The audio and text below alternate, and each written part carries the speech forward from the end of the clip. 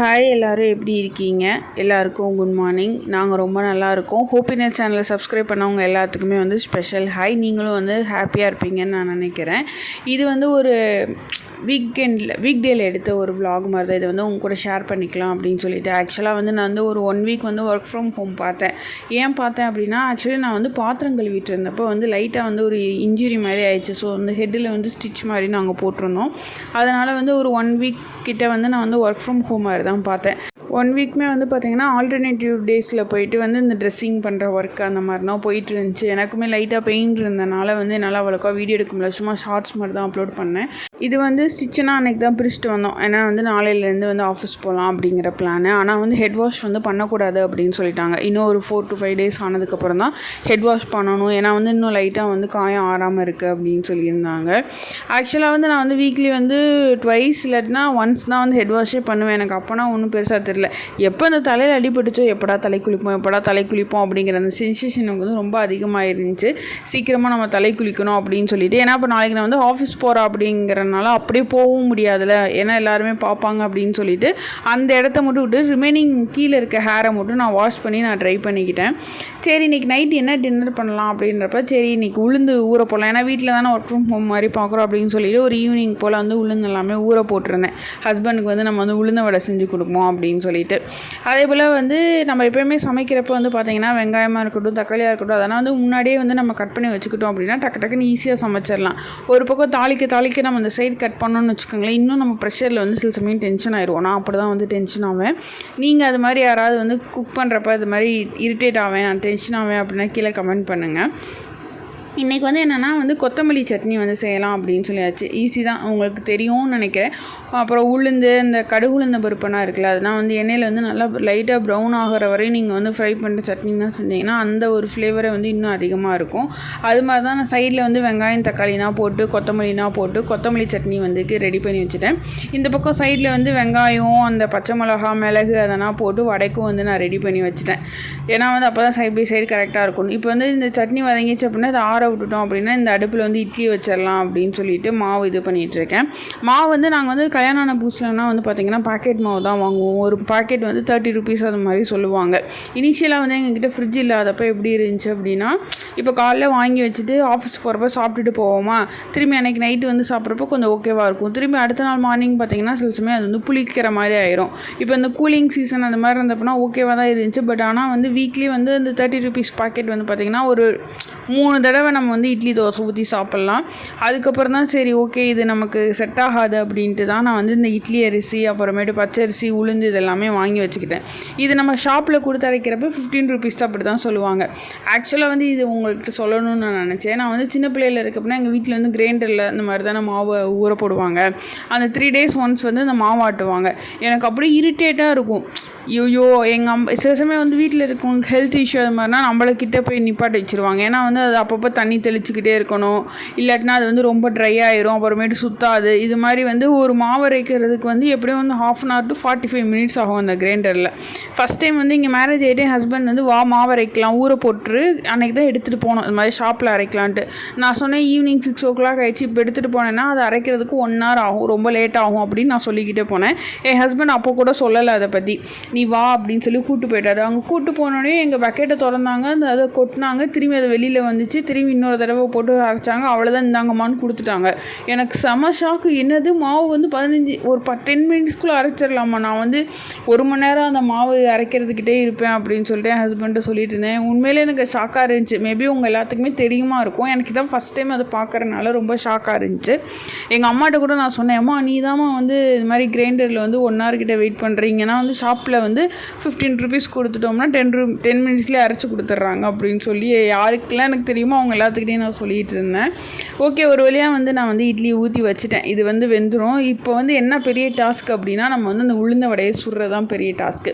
Actually இந்த வடை பூரி சுடுறதுக்கு ஒரு சின்ன பாத்திரம் வாங்கணும்னு சொல்லிட்டு நானும் வந்து ஒரு 3 months பிளான் பண்ணிகிட்டே இருக்கேன். என்றைக்கு அதை நான் வாங்கணும்னு என் தலையை எழுதி வச்சுருக்குன்னு தெரியல. ஒவ்வொரு தடவை அங்கே போகிறப்ப நினைப்பேன், அப்புறம் ஏதோ ஒரு ஞாபகத்தில் அப்படியே வெளில வந்துடுறேன்.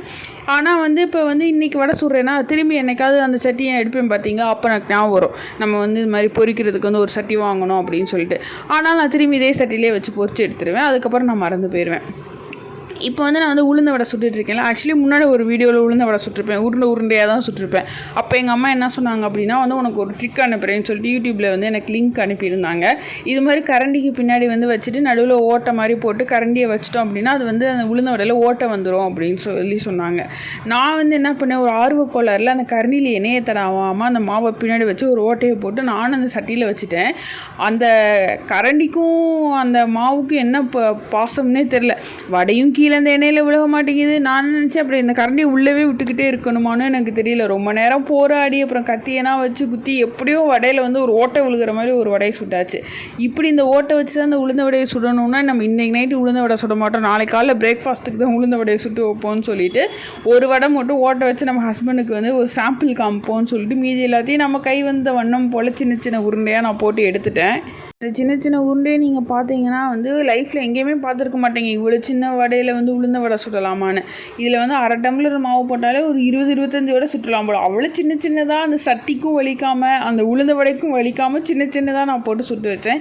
இதில் என் ஹஸ்பண்ட் வேறு போதும் ஆளுக்கு ஒரு 3 வர மாதிரி சுடு அப்படின்னு சொல்லிட்டு போட்டதே ஒரு சின்ன டம்ளர் மாவு தான். இது வந்து நான் 3 நாளைக்கு வேறு வச்சு சுடுவேன். எப்போல்லாம் நைட்டு சாப்பிட்றோமோ அப்போல்லாம் வந்து சுட்டுகிட்டே இருப்பேன். இதுக்கு தான் நான் வந்து போடுறதே கிடையாது. ஆனால் ஈவினிங் ஸ்நாக்ஸ் அது மாதிரி நம்ம போட்டு தேங்காய் சட்னி வச்சு சாப்பிட்டோம்னா சீக்கிரமாக தீந்துடும் தான் நினைக்கிறேன். இந்த உளுந்த வடை இந்த சட்னி இதோட போராடிட்டு இருந்த டைமில் நான் வதக்கி வச்சுருந்தேன் என்னோடய சட்னியும் வந்து ஆறிடுச்சு. இதை வந்து நம்ம வந்து சின்ன ஜாரில் போட்டு அரைச்சிட்டோம் அப்படின்னு சொல்லியாச்சுன்னா சட்னி வந்து தயாராகிடும். அதை தான் நான் பண்ணிக்கிட்டு இருக்கேன். சில சமயம் என்ன தான் நம்ம வந்து பெரிய பெரிய விருந்தெல்லாம் சாப்பிட்டாலும் சில ஃபுட்டெல்லாம் வந்து நமக்கு ரொம்ப அல்டிமேட் ஃப்ளேவராக இருக்கும். நம்ம வீட்டில் இதோட இந்த காம்பினேஷன் நமக்கு ரொம்ப பிடிக்கும், இதோட இந்த காம்பினேஷன்றது தான் நல்லாயிருக்கும். அதே மாதிரி தான் இந்த கொத்தமல்லி சட்னினா எனக்கு ரொம்ப பிடிக்கும்.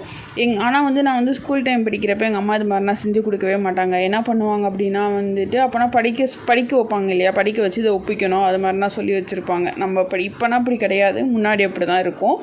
அப்போ வந்து நம்ம நல்லா படித்து நம்ம அம்மா கிட்ட ஒப்பிச்சிட்டோம் அப்படின்னு சொல்லியாச்சுன்னா எங்கள் அம்மா வந்து அன்றைக்கி தான் தக்காளி சட்னி தேங்காய் சட்னி அந்த மாதிரி 2 சட்னி அது மாதிரிலாம் வச்சு கொடுப்பாங்க. இல்லாட்டி அப்படின்னா வந்து பச்சை வெங்காய சட்னின்னு சொல்லிவிட்டு அந்த வெங்காயத்தை வதக்க கூட மாட்டாங்க. வெங்காயம் தக்காளி அந்த பூண்டு வரமிளகா போட்டு ஒரு சட்னி வைப்பாங்க.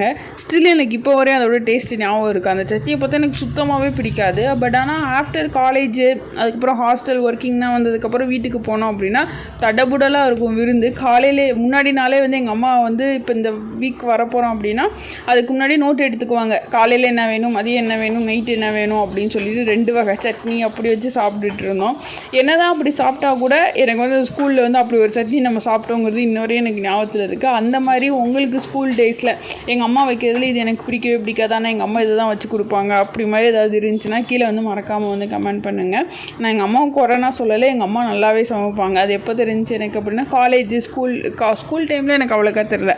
காலேஜ் இந்த மாதிரி ஹாஸ்டல் ஒர்க்கிங் டேஸ்னால் முடிச்சு போகிறப்ப எனக்கு விதவிதமாக சமைச்சு கொடுப்பாங்க. அவ்வளோ ஸ்வீட்டு. அதுக்கப்புறம் அங்கேருந்து திரும்பி நாங்கள் கிளம்புறப்ப கண்டிப்பாக ஒரு டிஃபன் பாக்ஸில் பால்கோவா அது மாதிரிலாம் கொடுத்துட்டு வந்துடுவாங்க.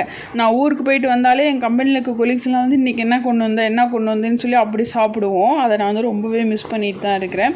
நீங்கள் அது மாதிரி உங்கள் அம்மா கிட்ட வந்து என்ன டிஷ் வந்து எனக்கு எங்கள் அம்மா செஞ்சால் ரொம்ப பிடிக்கும் அப்படிங்கிறத கமெண்ட் பண்ணுங்கள்.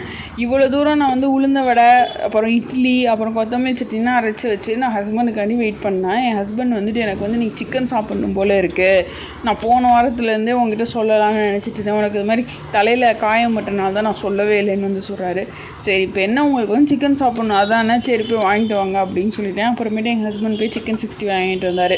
சிக்கன் 65 வாங்கிட்டு வர பார்த்தா அவர் வந்துட்டு என்ன சொல்கிறாரு, நாங்கள் சிக்கன் 65 கடையில் அந்த போட்டுட்டு இருந்தாங்கல்ல அதை நான் வந்து வீடியோ எடுத்துகிட்ருக்கேன், நீ வந்து இந்த ஃபுல் வீடியோ பண்ணுறப்ப அதையும் சேர்த்து ஆட் பண்ணிக்க அப்படின்னு சொல்லுவார்.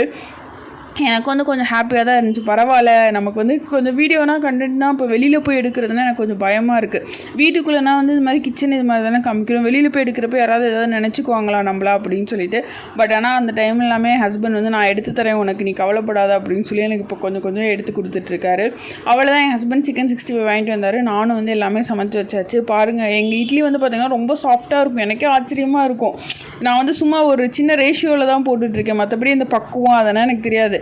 என்னை தனியாக கிரைண்டரில் அரைக்க விட்டால் நான் எப்படி ஆட்டுவேன்னு எனக்கு தெரியாது. அந்த கடையில் போய் கொடுத்து ஆட்டுறதுனால இட்லி வந்து ரொம்ப சாஃப்டாக வரும். அதோட வந்து இந்த குட்டி குட்டி உளுந்த வடை இல்லை, உளுந்த வடை கிடையாது, உருண்டைன்னு வச்சுக்கலாம் அதுக்கு பேர், ஓகேவா. அந்த உளுந்த உருண்டை அப்புறமேட்டு கொத்தமல்லி சட்னி, அப்புறம் என் ஹஸ்பண்ட் வாங்கிட்டு வந்து சிக்கன் 65 அதெல்லாம் வச்சு சாப்பிட்டோம்.